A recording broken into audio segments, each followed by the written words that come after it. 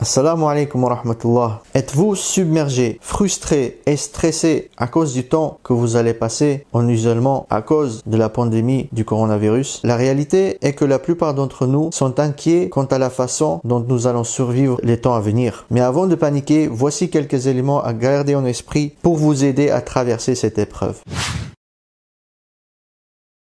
Avec toute l'hystérie et le drame qui se déroulent en ce moment, il est si facile d'être emporté dans la frénésie des réseaux sociaux qui l'accompagnent. Bien qu'il soit important d'être informé, nous devons faire attention à ne pas nous laisser entraîner à parcourir aveuglément les flux d'informations, à partager des contenus non bénéfiques et à nous impliquer dans des débats auxquels nous n'avons pas à participer.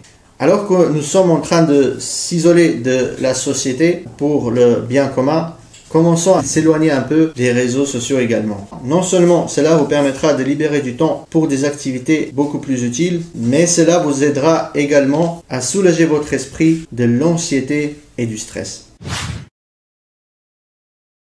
Pendant que vous passez vos heures en quarantaine, assurez-vous de consacrer beaucoup de temps au Coran. C'est l'occasion parfaite de revenir à Allah tabaraka wa ta'ala et de revoir sa relation avec son livre. Allah tabaraka wa ta'ala a déclaré que ce Coran est une guérison pour ce qui est dans les poitrines. Et c'est exactement de ça qu'on a besoin en ces moments difficiles. Alors, faisons de ce Coran notre compagnon durant ce confinement afin de soulager notre solitude et afin d'atteindre l'agrément d'Allah tabaraka wa ta'ala.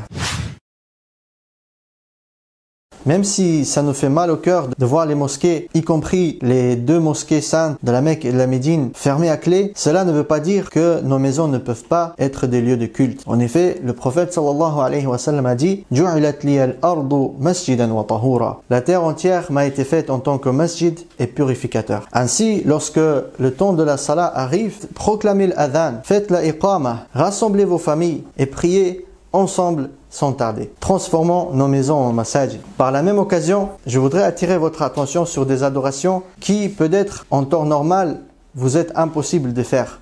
Comme par exemple, Qiyamul Layl, le fait de prier la nuit, ou alors Salat al-Duha, la prière qui se fait après le lever du soleil et avant Salat al-Dhuhr. Alors profitez de cet confinement pour accomplir ces grandes adorations, pour avoir une énorme récompense auprès d'Allah tabaraka wa ta'ala.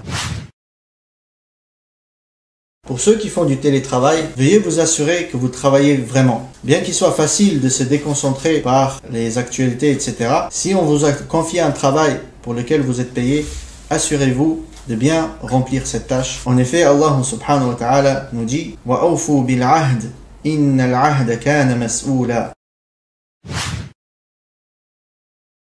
Enfin, vu que beaucoup de personnes peuvent avoir du mal de sortir pour faire leurs courses, c'est l'occasion pour nous de revivre la sunna du prophète sallallahu alayhi wa sallam et de s'occuper de nos voisins, surtout s'ils sont âgés ou vulnérables. Le prophète sallallahu alayhi wa sallam déclare « Man kana yu'minu billahi wal yawmil akhir falyukrim jarah » que celui qui croit en Allah et au jour dernier, qu'il soit généreux avec son voisin.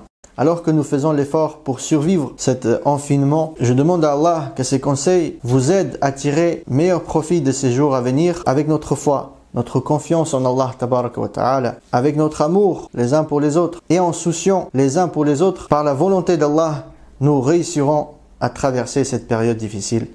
Barakallahu fikum d'avoir écouté. Wassalamu alaikum wa rahmatullahi wa barakatuh.